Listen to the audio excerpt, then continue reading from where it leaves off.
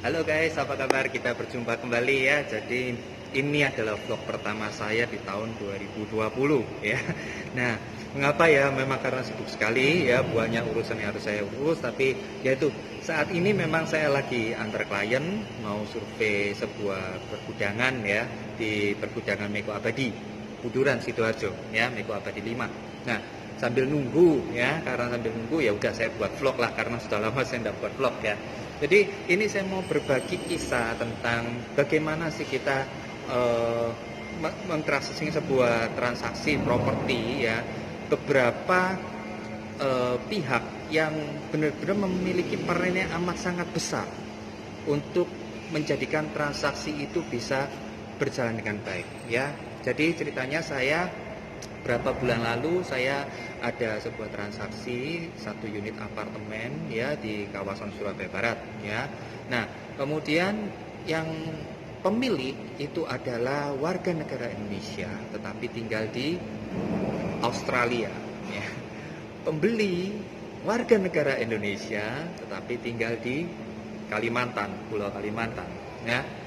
Nah, ceritanya singkat cerita sudah viewing ya, lihat lokasi dan deal cocok harga. Nah, prosesnya adalah pada saat pengurusan ya ke developer ya. Nah, proses di developer ini memang tidak bisa dijamin. Jadi 1-2 minggu selesai tidak bisa karena memang developernya ini salah satu developer yang besar, jadi memang banyak transaksi yang harus diurus ya.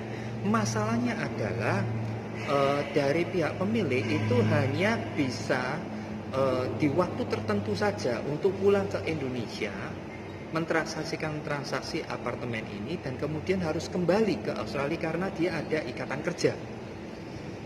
Ya, kalau pembeli tidak terlalu masalah, tapi di sini pemilik yang bermasalah. Wah, ini. Jadi kita itu kebingungan sekali untuk mengatur, men-setting waktunya bisa transaksi. Karena dari pihak developer juga tidak bisa memberikan kepastian yang pas gitu ya, kira-kira kapan bisa ditransaksikan. Bahkan waktu itu kita karena terlalu ini ya sempit waktunya, maka kita pending, kita reschedule kurang lebih waktu itu kalau nggak salah 2-3 bulan setelah di transaksi di closing itu ya. Jadi sudah deal, OTJ, uang tanda jadi, itu kurang lebih waktunya 3 bulan. Nah, setelah kita spend waktu 3 bulan, tapi rupanya guys mendekati 3 bulan itu proses yang di developer ini belum selesai-selesai.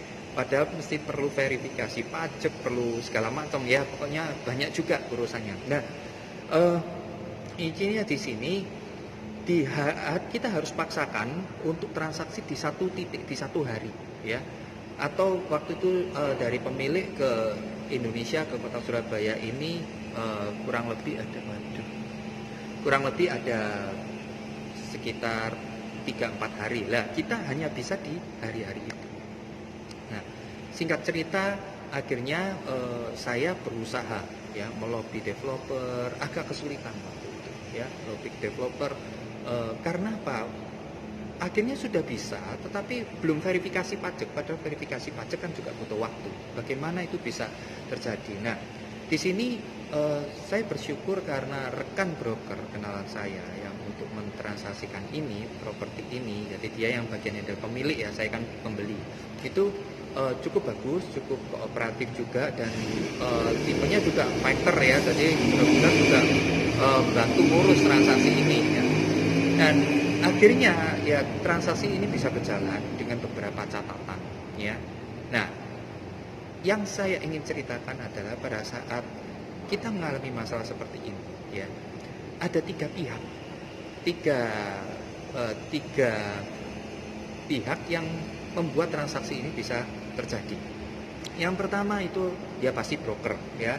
Karena apa? Pihak broker ini harus punya skill yang mumpuni ya, punya pengetahuan tentang perpajakan, tentang bagaimana ngurus ke developernya segala macam. Ini pengaruh sekali. Kalau enggak, saya lihat pasti labs ini, karena menurut saya kalau ini tidak bisa di manage dengan baik ya, wah pasti batal transaksi ini karena tingkat kesulitannya cukup tinggi di mana? Di waktu pengurusannya itu ya cukup ribet ya, ada beberapa hal dokumen yang harus dilengkapi segala macam. Nah, ini kalau tidak ada pengalaman, wah ini bisa lambat sekali.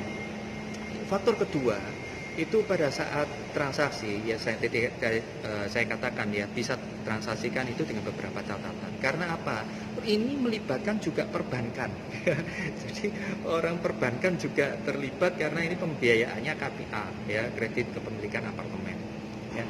Dan yang kedua, dari selain broker, kita perlu juga pihak notaris. Notaris ini juga punya pengaruh banget, guys.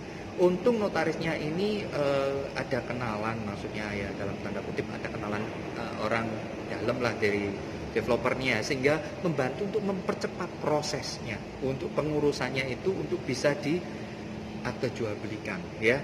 Kalau enggak, waduh fatal, karena itu mepet sekali ya, waktu di 3 bulan itu belum selesai dan harus nunggu sampai 3 bulan itu mepet sekali waktunya, ya, sempit sekali waktunya, dan kita harus terbatas di 3-4 hari itu aja untuk bisa transaksi. Di luar itu sudah batal pasti transaksi. Jadi peran dari notaris ini penting banget, dan pengetahuan dia bagaimana untuk bisa mentransaksikan ini dengan cara bagaimana, karena tadi saya bilang dengan beberapa catatan. Jadi tidak langsung akte jual beli saja, tapi benar-benar ada beberapa catatan sehingga transaksi ini bisa diadakan. Kalau tidak ada akan bisa. Kalau menurut saya, kalau itu notaris yang baru yang tidak punya pengalaman, tidak akan bisa. Ya, jadi ini penting banget, penentuan broker, penentuan notaris. Yang ketiga, ini pakai pihak bank. Nah, ini untung juga marketing banknya ini cukup lincah, ya. Jadi dia kebagian legalnya, dia bagian ngurusnya bagaimana segala macam, dokumen-dokumen apa yang harus diperlukan segala macam. Dia ini cukup lincah. Untungnya seperti itu. Bayangkan ya, saya juga bukan underestimate, tapi beberapa marketing perbankan yang saya lihat itu tidak selincah ini. Bahkan ada yang menurut saya, aduh kok rasanya kerja itu ogah-ogahan, ya. Untung saya dapat juga yang lincah. Jadi guys, intinya pada saat kita ingin transaksi kita ini bisa berjalan dengan lancar, waktu transaksi jual beli properti kita bisa berjalan dengan lancar, ada 3 pihak yang perlu kita perhatikan dengan baik. Yang pertama, broker, ya. Pilih broker ya yang kalian kenal, yang punya pengalaman, sehingga bisa dia tahu solusi-solusi apa yang harus dipakai untuk bisa transaksi itu terjadi dengan wajar loh, ya, dengan aman, nyaman dan aman, ya. Karena kalau tidak bisa, ya. Karena ini prosesnya, ini case by case, ini proses khusus, ya. Ini transaksi khusus menurut saya, dan ini saya terjadi, waduh luar biasa, ya. Pertama dia broker pengalaman, kedua notaris juga. Jangan notaris yang istilahnya notaris kobo yang pokoknya asal bisa pokoknya jangan, tapi benar-benar notaris yang benar-benar menguasai bidang, ya. Itu notaris. Dan yang ketiga, marketing bank banyak, guys, tapi carilah yang benar-benar mau kerja, benar-benar mau menguasai. Karena saya juga menemui beberapa, ya, kadang tuh marketing bank sudah kasusnya terlalu berat, udah dilepas sama dia gitu loh. Tapi ini tidak, ini benar-benar fight. Saya beruntung sekali dapat rekan broker yang benar-benar mau fight, notaris mau fight juga, dan rekan dari marketing bank juga mau fight, ya. Jadi bersyukur sekali pada saat itu saya bisa mentransaksikan di detik-detik terakhir, ya. Dan puji Tuhan semuanya clear, semuanya aman, dua belah pihak sama-sama senang, broker juga senang, notaris juga senang, marketing bank juga senang, ya. Demikian vlog dari saya, pengalaman dari saya tentang transaksi saya beberapa waktu lalu. Jadi intinya sekali lagi guys, pada saat jika kalian ingin transaksi properti kalian itu berjalan dengan aman dan nyaman, 3 pihak itu yang menentukan, ya. Apalagi kalau KPR atau KPA gitu, ya, 3 pihak itu yang menentukan. Kalian harus cari yang betul-betul bagus untuk 3 pihak itu, ya. Broker, notaris, dan juga marketing bank, ya. Sekian dari saya, terima kasih.